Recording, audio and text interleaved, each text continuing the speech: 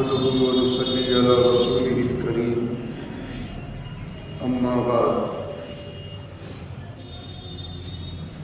بسم الله الرحمن الرحيم اللهم طهر قلبي من النفاق وعملي من الرياء ولساني من الكذب وعيني من الخيانة فإنك تعلم خائنة الأعين وما تخفي الصدور.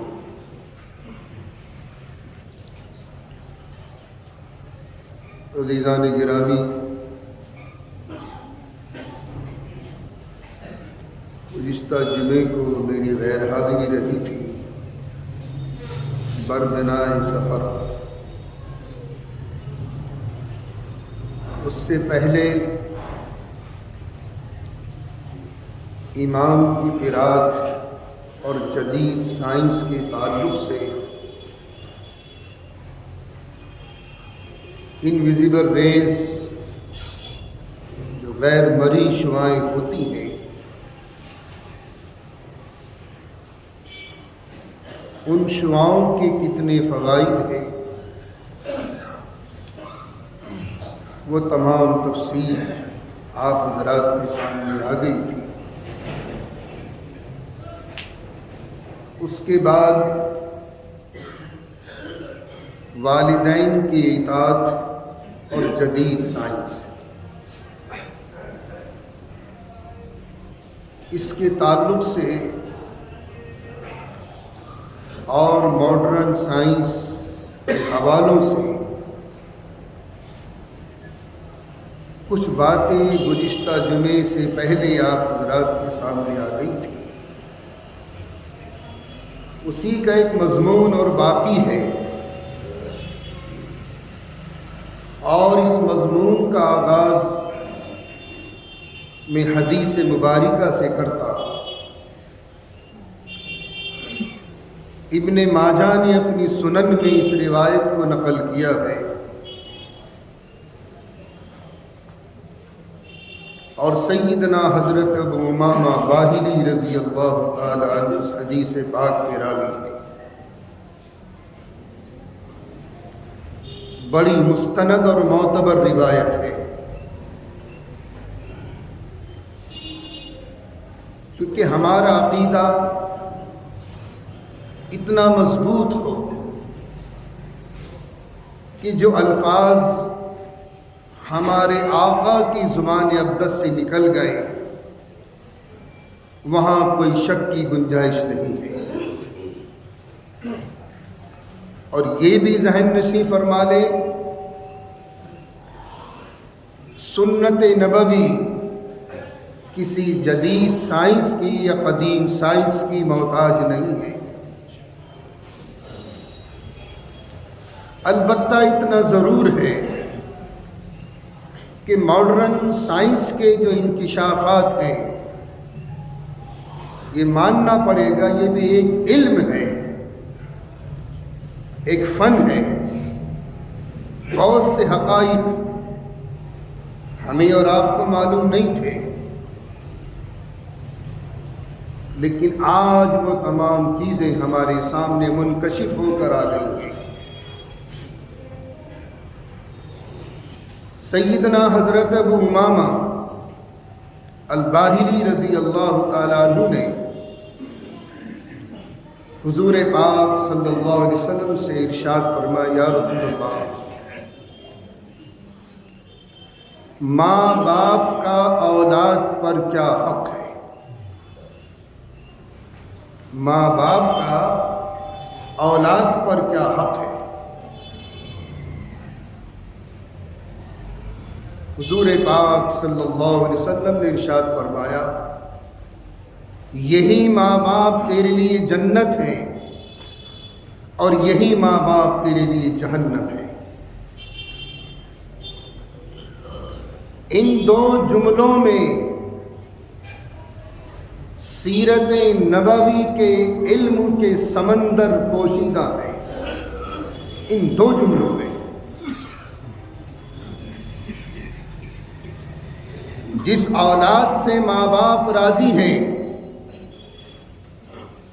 خواہ وہ کتنی ہی دور کیوں نہ ہو ماں باپ سے، اس اولاد کا کوئی بال بیکا نہیں کر سکتا۔ اور جس اولاد سے ماں باپ ناراض ہیں وہ ہمیشہ پریشان رہے گا، اور اگر خدا نہ کردہ اس ناراضگی کی حالت میں ماں باپ نے دنیا سے رخت سفر باندھ لیا تو پھر اس کی آخرت بھی تباہ ہو جائے گی۔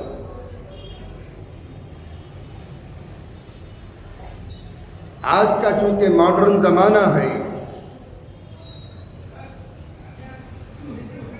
آج کی ہماری نسلیں اپنے ماں باپ کو فالتو کی چیز سمجھتی ہیں۔ آج کی نسلیں یہاں تک کہ ماں باپ کی صورتیں دیکھنا تو درکنار، ان کی صورتوں سے اس اولاد کو بیزاری بھی ہو جاتی ہے۔ چونکہ یورپ کی چھاپ ہے، یورپ میں تو اولڈ ہاؤس کے اندر پہنچا دیتے ہیں، ختم مسئلہ۔ تو اس معنی کر ماں باپ کی اطاعت، اور میں نے بتایا تھا قرآن کریم کے حوالے سے کہ اللہ تعالیٰ نے سورہ نساء میں پہلا اپنا حق بیان کیا ہے، اس کے بعد وہ کون سی ہستیاں ہیں اللہ چاہتا تو کسی رسول کا حق بیان کر دیتا، کسی نبی کا حق بیان کر دیتا، کسی ولی کا حق بیان کر دیتا۔ کون سی ہستیاں ہیں؟ اللہ فرماتا ہے میری بندگی کے بعد اپنے ماں باپ کے ساتھ حسن سلوک کرو، ان کی اطاعت کرو، ان کی فرما برداری کرو، ان کا کہنا مانو، ان کے مشوروں پر چلو، ان کا ادب و احترام کرو۔ اور قرآن کریم کا عظیم فلسفہ ہے، اس آیت شریفہ میں یہ قید نہیں لگائی کہ وہ ماں باپ تمہارے مسلمان ہی ہو۔ ماں باپ کسی بھی مکتب و فکر کے ماننے والے ہوں، ہر حال میں اولاد کو اپنی ماں باپ کی اطاعت کرنی ہوگی، اپنے ماں باپ کی اطاعت کرنی ہوگی۔ ایک واقعہ سنا دوں پھر آخر میں ایک حدیث۔ لاہور میں 1950 کا واقعہ ہے، ایک رنگریز تھا، اللہ نے ہاتھ پکڑ لیا، لاکھوں میں کھیلنے لگا، یعنی 1950 کے لاکھوں آج کے کروڑوں میں۔ لیکن جو جو دولت کی فراوانی ہوتی رہی اس کے اندر گھمنڈ پیدا ہو گیا، تکبر، انانیت، بد اخلاقیاں۔ چونکہ اس دولت کا مزاج ہے کہ سارے نشے ساتھ لے کر آتی ہے، سارے نشے۔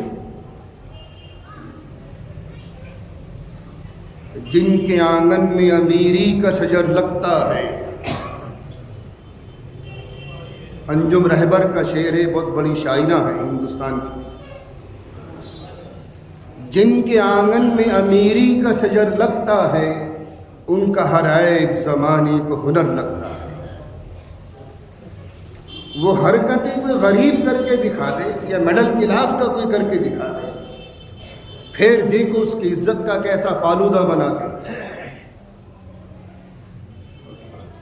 امیر کرے گا تو اس کی شان ہے، سرائب کر لے کوئی انگلی اٹھانے والا نہیں، کوئی انگشت نمائی کرنے والا نہیں۔ لیکن اسلام میں جدت کا تصور ہے. دولت کمانا فی نفس ہی کوئی بری شے نہیں ہے.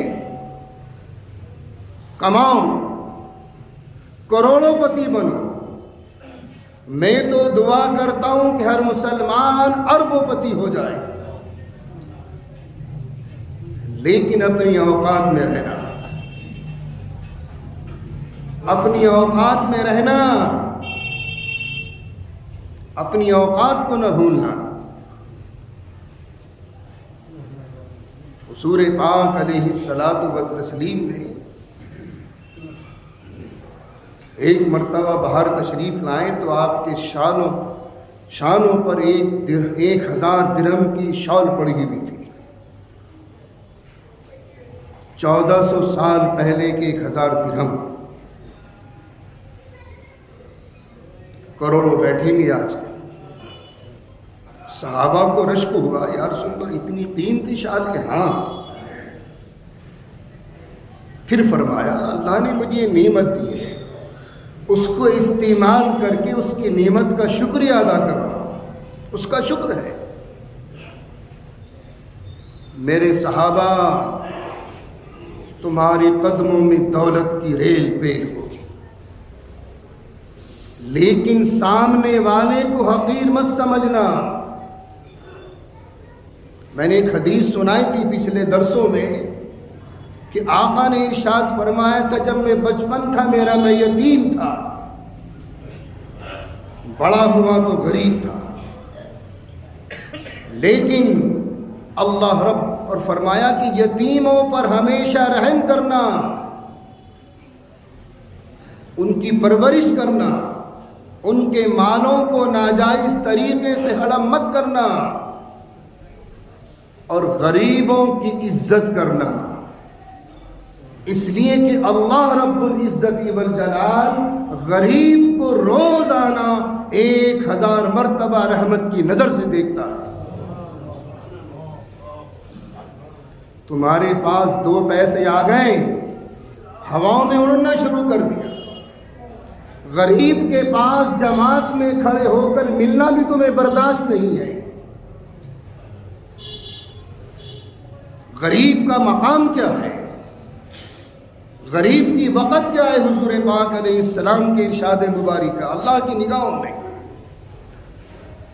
اس لیے اگر اللہ دولت سے نواز دے اور خدا کرے نوازے، لیکن سامنے والے کو حقیر مت سمجھنا، ذلیل مت سمجھنا، خوار مت سمجھنا. بہرحال اس رنگریز کو اللہ نے دولت کی ریل پیل کر دی. 1950 کا واقعہ لاہور کا،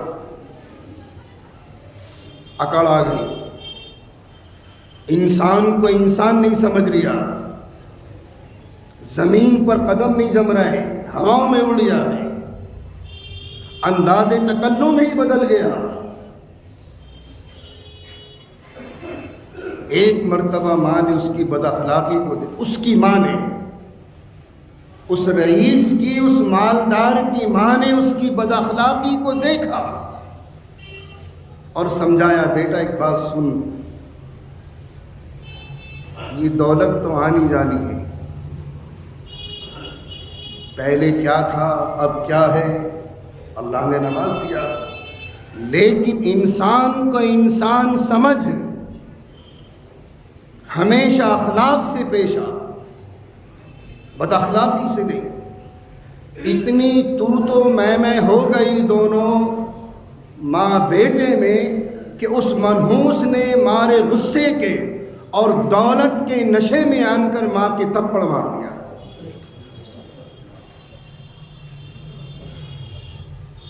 بس یہیں سے الٹی گنتی شروع ہو گئی. ماں کے تھپڑ مارنا، جن ماں کے قدموں کے نیچے جنت ہے، اس ماں کے تھپڑ مارنا اس کے زوال کا سبب بنا. لکھتے ہیں کہ 1 سال میں اس کا دیوالیہ نکل گیا. فٹ پاتھ پر آ گیا، یہاں تک کہ مزاروں کے دروازوں پر بیٹھ کر بھیک مانگنے لگا اور 2 روٹی صبح شام کی وہاں سے کھانے لگا۔ 1950 کا واقعہ۔ عزیزان گرامی، اگر اللہ نے کسی نعمت سے نواز دیا ہے، اپنے آپے میں رہو، اس کھال سے باہر مت ہو۔ وہ دینا بھی جانتا ہے اور وہ چھیننا بھی جانتا ہے۔ اللہ ہم سب کی حفاظت فرمائے۔ آخر میں ایک حدیث کا خلاصہ اور کرتا چلوں۔ حضور پاک صلی اللہ علیہ وسلم کی خدمت میں ایک صحابی آئے اور اپنی ماں کی بد اخلاقی کی شکایت کی۔ کیا کہا؟ اپنی ماں کی بد اخلاقی کی شکایت کی۔ آقا نے ارشاد فرمایا، تو نے اپنی ماں کا حق ادا کر دیا؟ اپنی ماں کا تو نے حق ادا کر دیا؟ وہ بڑے جذبات میں، ہاں یا رسول اللہ، میں نے کندھوں پہ بٹھا کر اپنی ماں کو حج کرا دیا۔ آقا نے ارشاد فرمایا، میاں ابھی تو ایک رتی بھی تو نے اپنی ماں کا حق ادا نہیں کیا، ایک رتی برابر بھی۔ کیا تو نے پہاڑ اپنے سر پہ اٹھا لیے حج کرا دیا؟ جس ماں نے تجھے 9 مہینے پیٹ میں رکھا اور وہ آہو فغا سے جب ماں کے پیٹ میں تکلیف ہوتی تھی یا درد ہوتا تھا یا بیمار ہوتی تھی اور ایک آہ کر کے زمین کا سہارا لے کر اٹھتی تھی، اس آہ کا بھی تم قیامت تک اپنی ماں کا حق ادا نہیں کر سکتے۔ تم نے کیا سمجھ لیا اپنے ماں باپ کو آج کے دور میں؟ میں سمجھتا ہوں کہ ماڈرن زمانہ ہے، لیکن جو اولاد اپنے ماں باپ کی فرما بردار ہوگی، دنیا میں بھی پھلے پھولے گی اور آخرت میں بھی اس کو نوازا جائے گا۔ ویسے قرنی کی سیرت ہمارے سامنے موجود ہے، تو والدین کی اطاعت اور جدید سائنس، انشاءاللہ اس کا باقی موضوع اگلے جمعے کو آپ حضرات کے سامنے آئے گا۔